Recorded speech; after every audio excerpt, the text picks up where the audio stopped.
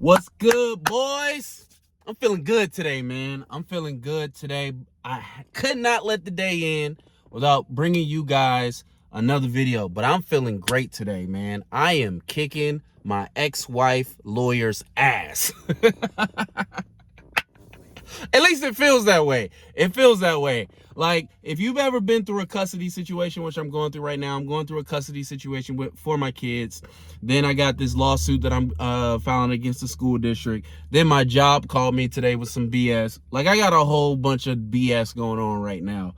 But man, when you get one, when you got the lawyer on the rope, it feels good. It feels good. Now, I don't want to jinx it. I don't want to jinx it because this is a serious matter. And I don't actually like gloating about, custody cases, because I feel like particularly as men, we feel very much a type of way about the legal system, the court system, particularly when it comes to the custody of our children. But on the opposite side of that is the fact that a family is being broken up.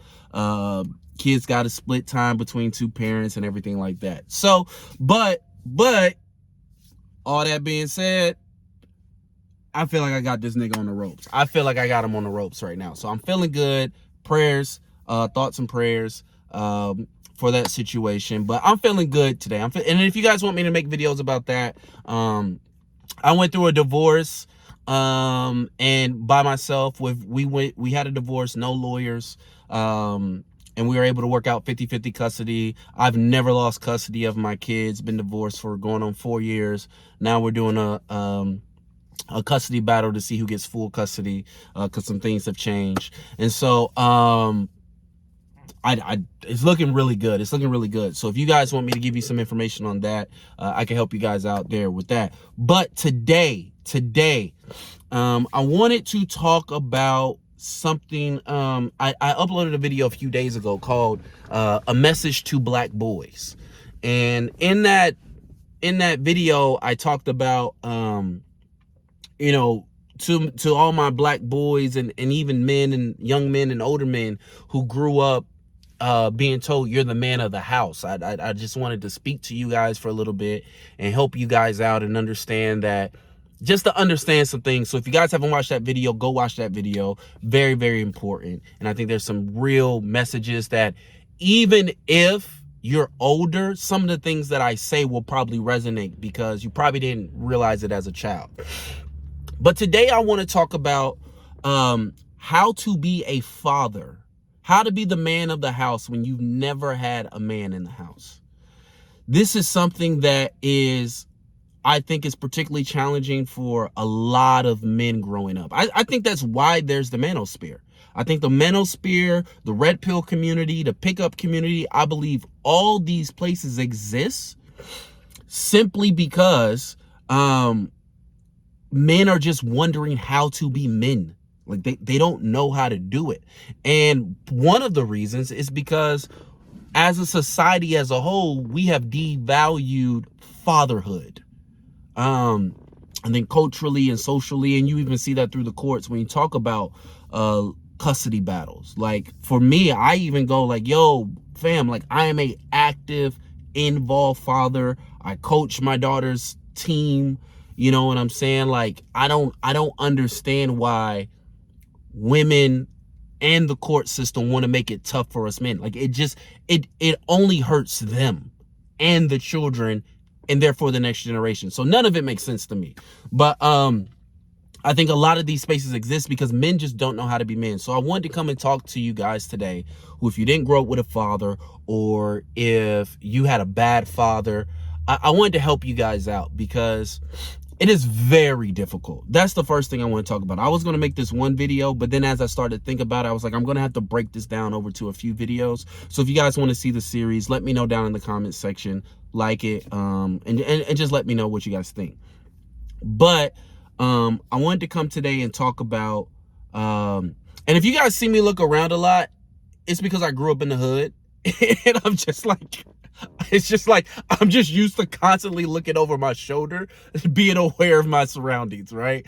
And so I'm in a car in a parking lot with a light and a camera, and I'm giving you guys this. So if you catch me looking around, it's just nigga tendencies. But anyway, I wanted to talk about how to be the man of the house when you've never been a man of, never had a man in the house. The first thing that I really want to talk about in this video, and I'm really going to stay on this topic, is that first thing you need to understand is that it is inherently difficult. So if you're feeling like, if you're growing up as a man or as a boy and you don't have that father figure in your home, right? Like my baby mom will tell you, like, I ask her every other day, man, like, man, I wonder what it's like to have me as a father. Like, not, and it's not me tooting my own horn. It's literally me being jealous of my daughters. It's because, like, I see the way their faces light up when I walk in the house. Like, I just left the house a few hours ago, and I walked in from work just to pick up something, and my 2-year-old, right, she's like, Daddy! And my 8-year-old, who's autistic, nonverbal, she ran up to me, threw my arms to the side to give me a hug. My oldest is always happy to see me, and it's really me being jealous and envious of the relationship that I have with them and the fact that I never had that with my father. And so it is inherently difficult to be a man when you've never had a man in the house. So if you're struggling with that, you're supposed to struggle with it, bro. Like, that's one thing I want you to get. Like, it's supposed to be difficult when you don't have that blueprint, right? And it's not so much that you didn't have a man to sit there and tell you, this is how you talk to women. This is how you go in the job market. This is how you do this. It's the fact that you didn't have an example, right? Like, one of the things I notice with my daughters is, like, when I say everything's going to be okay, they literally believe everything's going to be okay. And I was like, I to this day, I still never feel that, because I've never had an adult male or adult person that I could go to when they say, hey, everything's going to be okay, and I could trust them. And I see them when they're going through something in their life. I say, hey, baby, it's going to be okay. They actually feel like everything's going to be okay. And I get envious of that jealous. I get jealous of that comfort and security that they find in me, because I never had that. And so I just want you to understand that, yes, it's going to be difficult. It is going to be difficult. It's going to be hard. And there's no way around that. The other thing I want to talk about in this video is that don't focus on what it means to be a man. You get to define what it means to be a man. Okay, don't buy all this red pill, manosphere BS that says, oh, men are hardwired this specific way. No, they're not, bro. No, they're not. I have a video. You might want to go watch it now, because I may take it down, but it's called the alpha male myth. And in the beginning of the video, I open with and help everybody see that if you take from the time when humans began, right, to today, and you put it all on one calendar year, okay? You guys with me so far? So when humans started to today, and if you could put all that time period, I think it's 200, 300,000 years, something like that. If you could put all those 200, 300,000 years into one calendar year, then for most of human history, literally from January 1st until Christmas, we've lived in a mostly flat egalitarian society, meaning it wasn't the men fight and protect. It was, yo, whatever needs to get done, we do it. So if the men need to watch the children, then the men will watch the children. If the women need to go hunt, then the women will go hunt. And we did it as a community. You'll hear from a lot of ancient cultures of how, like, children grew up with multiple fathers and multiple mothers. And if you were a child, you were a child of the community, right? Even when I grew up in the 90s, it wasn't as common, but I remember getting spankings from people who I wasn't related to, like my next door neighbor. Me and him were best friends, and he lived with his grandfather. I remember his grandfather one time, he didn't spank me, but he gave me that talk, like, Like, son, get it together. And it was often that you would have multiple men who would claim responsibility for this one child. And so for most of human history, we've lived in egalitarian flat societies. It's literally, if you took the whole 200, 300,000 years of history of humans, it's only between Christmas and New Year's Day that we've lived in these hierarchy type societies. Go watch that video. It's the alpha male myth on my channel.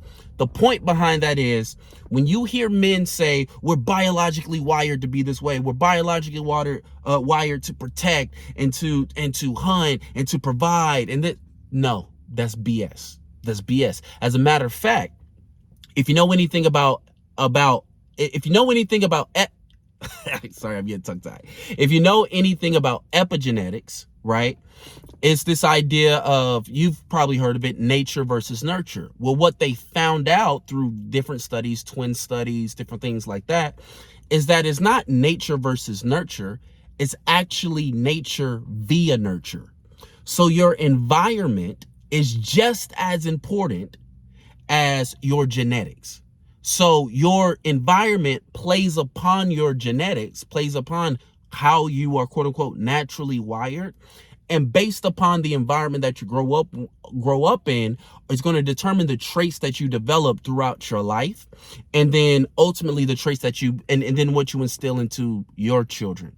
The whole point of that, for me saying that, is very simply this idea that we as men were hardwired to be providers, hardwired to be protectors, hardwired to just have sex with a bunch of women indiscriminately or whatever. That is false. That is objectively false. Yes, that's how men have done it before in the past, but dog, that's never going to be reality for us. And what you guys don't understand was, that's not how all men have ever, because just think, guys, just use your heads. If most men, for most of human history, one man had a bunch of women, then that meant that most men died off, right? So we can't live in societies where the Chads have all the women, right, and the rest of us have any. That is a classic trope that is actually used to reel you into it. It's a whole capitalism scheme. I don't have to get into it. I don't have time to get into it. If you guys want me to get into it, let me know. But the idea is this: you get to decide what it means to be a man, and you need to look at the society and the culture and the environment you in to figure out, how do I be the best human being for my situation and circumstance? Number one, throwing off this idea of what it means to be a man, and men do this, and if you're a real man does that, right?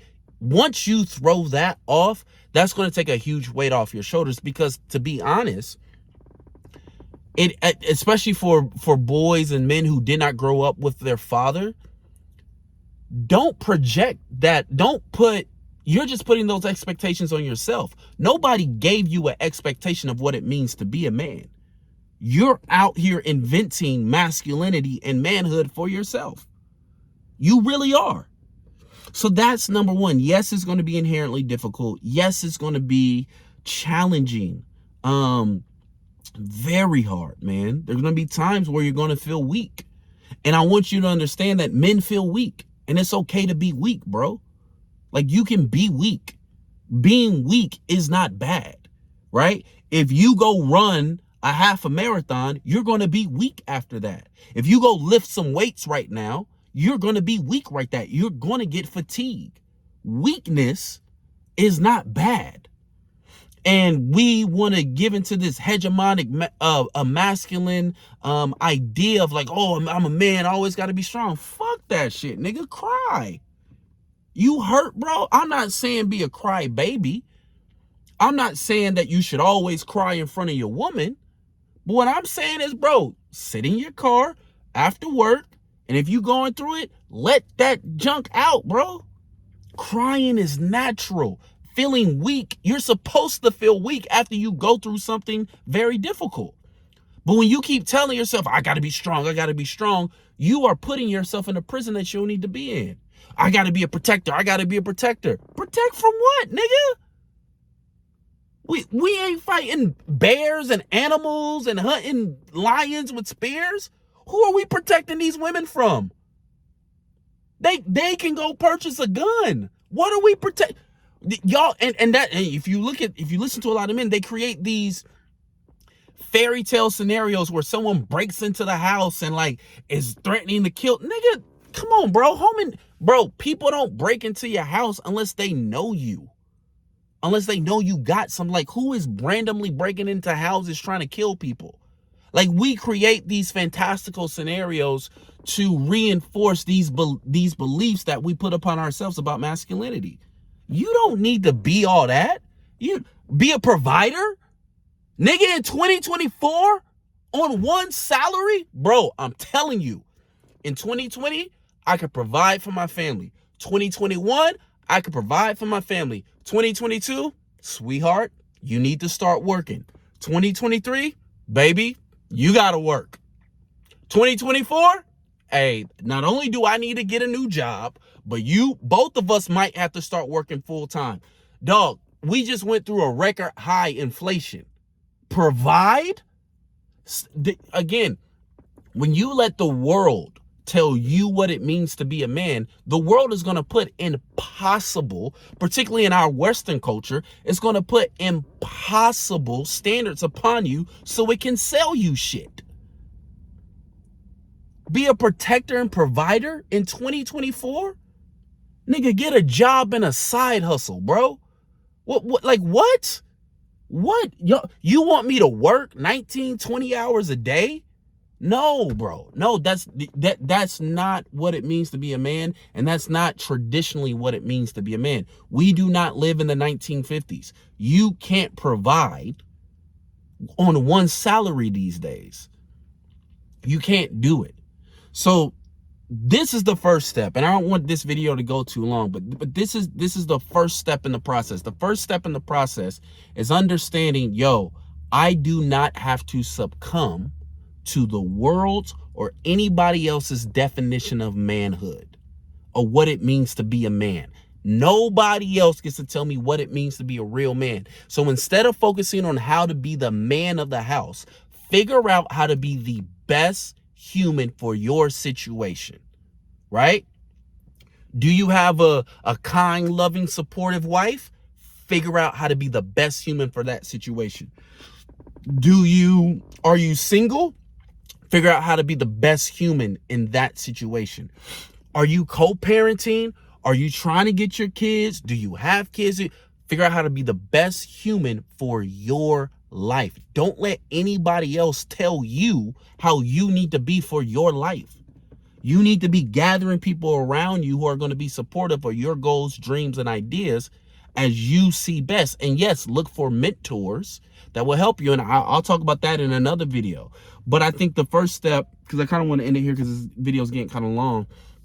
But the first step is really understanding, listen, as a boy or a man who did not grow up with a man in the house, nobody was there to provide you with a framework or a blueprint of what it means to be a man. That means you don't have a choice. You must figure out what it means to be a man yourself.